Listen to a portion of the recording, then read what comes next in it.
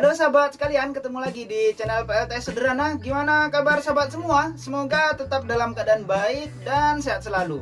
Oke sahabat, sekarang saya mau masak nasi. Dan kira-kira berapa konsumsi dayanya sampai dengan nasinya mateng.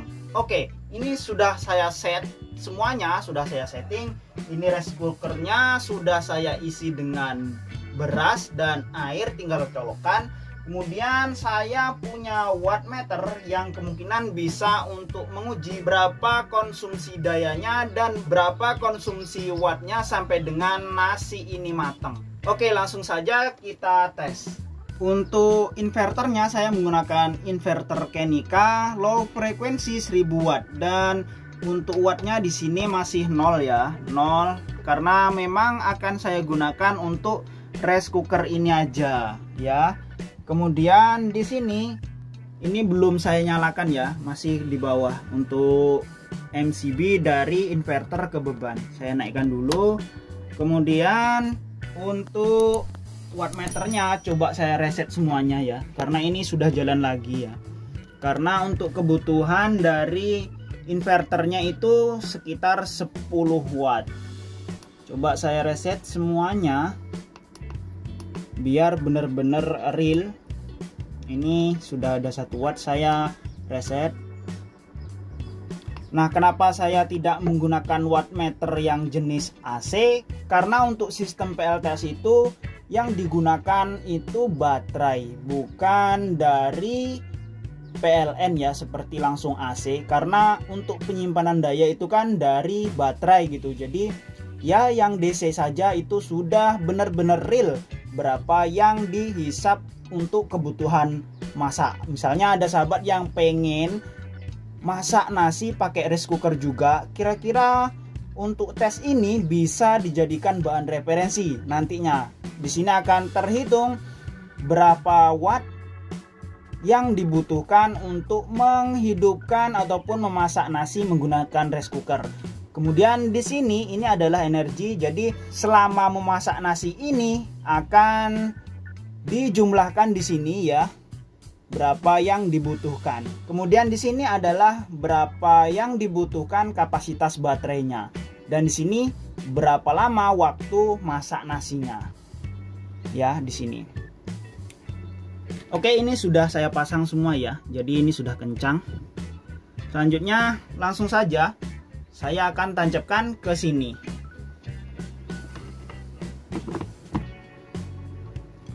Oke. Ini untuk standby-nya, mode menghangatkan itu terbaca di sini 86. Berarti kalau inverternya sekitar 10 watt ya sekitar 70 watt gitu ya. Kurang lebihnya ya. Selanjutnya ini saya naikkan ya. Saya berubah ke mode menanak nasi. Nah, di sini langsung terbaca sekitar 430 watt ya.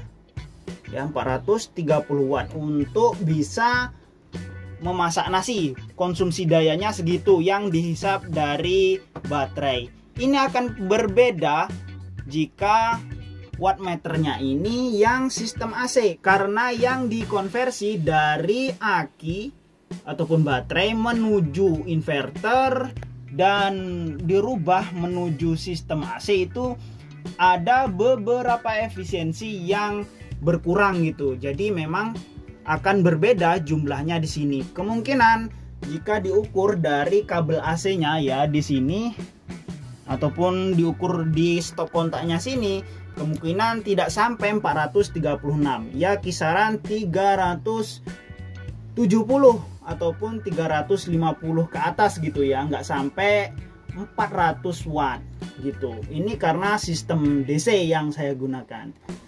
Kemudian sambil menunggu rice cooker ini menanak nasi, saya akan menunjukkan di MPPT itu membantu ya sekitar 31 ampere ya. Coba ditunggu sebentar, tadi kelihatan 30 sampai 31 ampere ya, 30 ya, 30 lebih 30 ampere dari MPPT menuju ke baterai itu sekitar 30 ampere. Jadi untuk baterainya saat ini itu hanya sedikit menyuplai ke rice cooker ini. Sebagian besar dibantu oleh panel surya. Tapi saya mengukurnya ini tidak lewat jalur dari MPPT ya. Saya mengukur dari baterainya langsung gitu ya.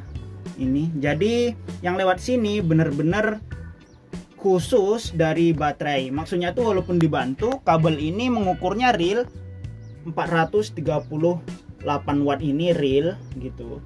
Tidak ada bantuan lagi. Untuk sistem PLTS yang saya gunakan di sini, ini panelnya 600 WP ya. Jadi hasilnya itu ya mungkin sekitar 400-an lebih ketika trik sampai mungkin 500 gitu. Kurang lebih segitu.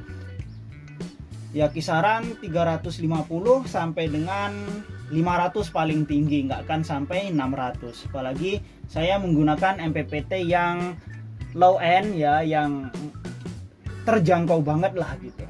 Ini.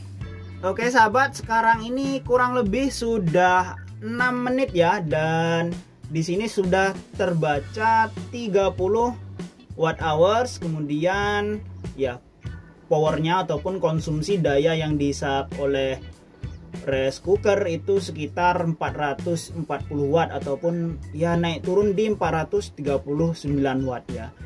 Untuk arusnya ataupun currentnya itu 33,2 ampere ya dihisap menuju ke inverter. Untuk voltase sekarang ini drop ke 13,2 ya, segini ya. Dan ini untuk kapasitas yang dihisapnya itu sekitar 2,6 2,7 AH. Berjalan terus ya sambil berjalan. Kemudian kenapa ini voltasenya drop? Karena ya yang dihisap sekitar 33 ampere.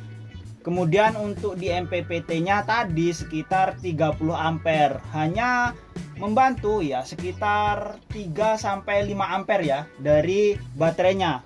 Ya lumayan kecil. 5 kali ya sekitar 70-an watt membantu dari baterainya, sisanya dari panel surya semua. Itulah untungnya ketika menanak nasi ataupun masak nasi menggunakan rice cooker saat siang hari. Berbeda ketika malam hari, semua supply itu digunakan dari baterai semua tanpa bantuan dari panel surya. Ya meskipun baterainya penuh, nanti kenanya di siklus baterai ataupun umur baterai, dia akan cepat habis, jadinya ya akan terkuras cepat gitu.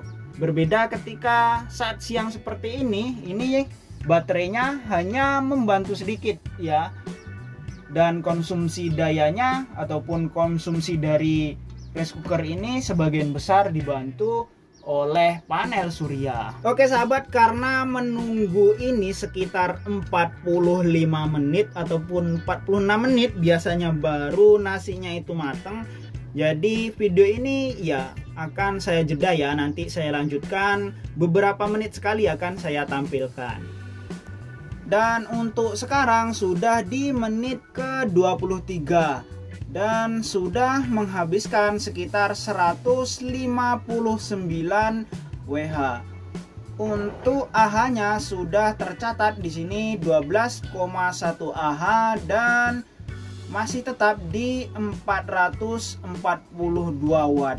Untuk baterainya terbaca di 13,1 ya. Dan untuk arusnya itu 33,5 ampere. Kemudian untuk nasinya ini ya coba saya buka. Ya, kondisinya baru seperti itu, belum mendidih ya, baru panas. Ya, sudah mulai panas.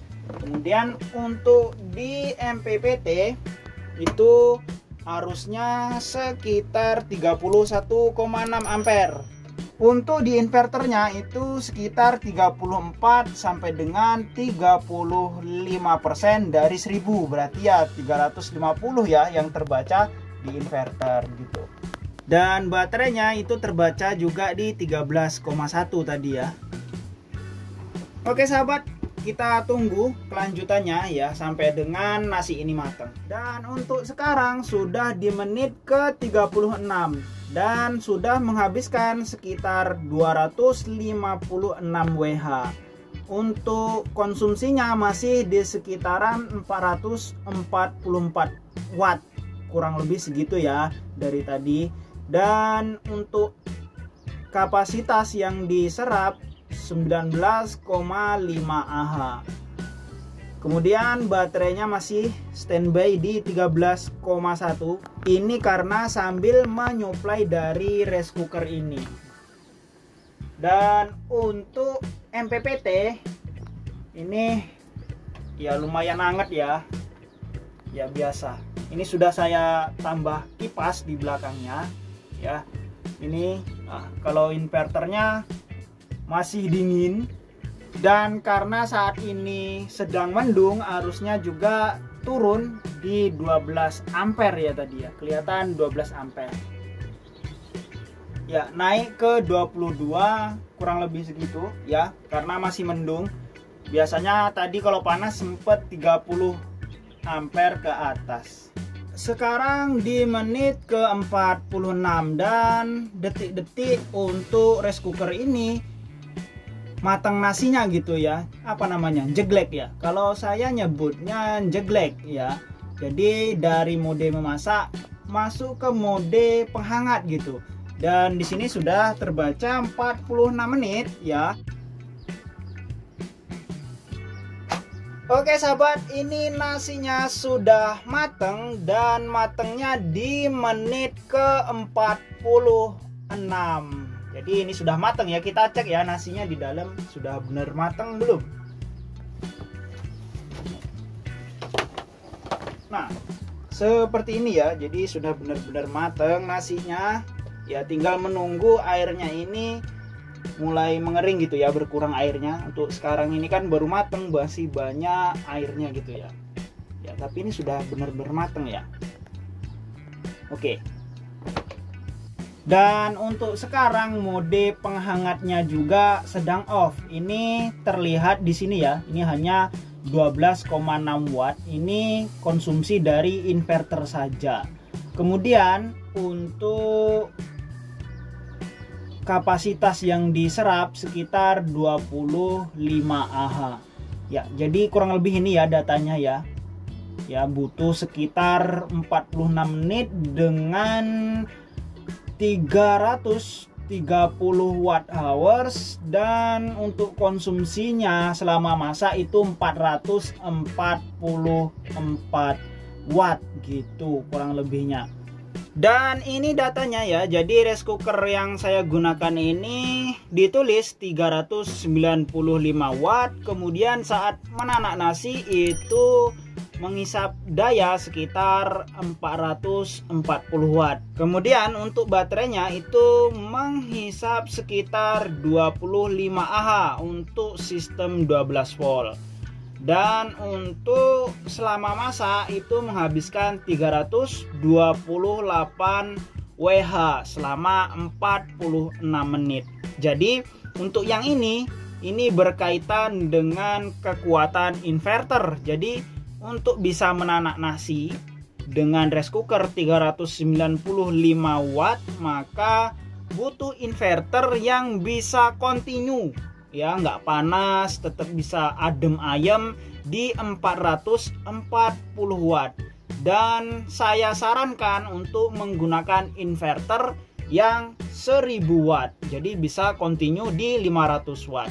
Kemudian untuk baterai bisa menggunakan yang 100 Ah, 12 volt 100 Ah. Ini biar kita bisa tetap tenang ya masak menggunakan rice cooker. Jadi walaupun di sini hanya terbaca 25 Ah, kan kita nggak mungkin hanya menggunakan rice cooker saja. Kita juga butuh lampu dan sebagainya.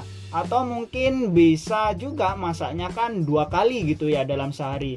Jadi minimal itu baterainya 100 Ah, sistem 12 volt gitu. Nah, di sini saya sudah mencatat ya. Misalnya sahabat pengen membangun PLTS sesuai bisa masak nasi gitu. Untuk panel suryanya itu minimal 400 WP. Kenapa begitu? Karena saat menanak nasi itu powernya itu ataupun konsumsinya bisa tembus di 440 watt. Dan ketika menggunakan panel surya 400 WP, saat panas terik tidak akan menyentuh 400 WP. Jadi meskipun menggunakan panel surya 400 WP tetap menghisap baterai ya, begitu ya. Tapi akan terbantu gitu. Jadi minimal 400 WP. Kemudian baterainya minimal 100 Ah di sistem 12 volt. Dan inverternya saran saya yang 1000 watt ataupun yang bisa running tetap continue di 440 watt. Jadi saran saya ya yang 1000 watt ya, low frekuensi ataupun high frekuensi, yang penting 1000 watt gitu. Untuk SCC-nya ya minimal 40 ampere ya. Kalau misalnya mau ringan ya beli yang mereknya POMR tipe Keeper, gitu, yaitu lebih ringan ya, meskipun MPPT low end ya, tapi sudah MPPT. Kalau mau lebih ringan ya beli yang SCC PWM hijau ataupun yang biru. Kalau mau yang lebih tinggi kelasnya ya bisa pilih seperti Epever ataupun Samoto dan sebagainya. Itu yang lebih lumayan hasilnya ya gitu. Tapi untuk Samoto mungkin 60 ampere ke atas ya. Untuk Epever ada yang 40 ampere.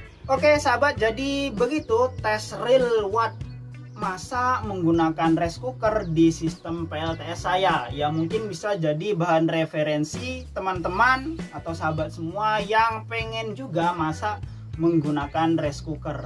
Karena jika dibandingkan ya, ini misalnya dalam keadaan tidak ada aliran PLN ataupun listrik dari negara gitu ya, hidup off grid ya, di pedalaman ataupun di kebun-kebun atau yang tidak punya aliran PLN gitu ya. Intinya begitu, daripada menggunakan kompor masih lebih hemat lagi menggunakan sistem PLTS seperti ini. Ini berdasarkan pengalaman saya bertahun-tahun. Dan saya rasa cukup sekian video kali ini. Jangan lupa untuk di like video ini agar saya terus bersemangat untuk membuat video. Dan bagi sahabat yang ingin bertanya ataupun ada yang perlu ditanyakan, silahkan tulis di kolom komentar ya. Sampai jumpa lagi pada video berikutnya. Bye.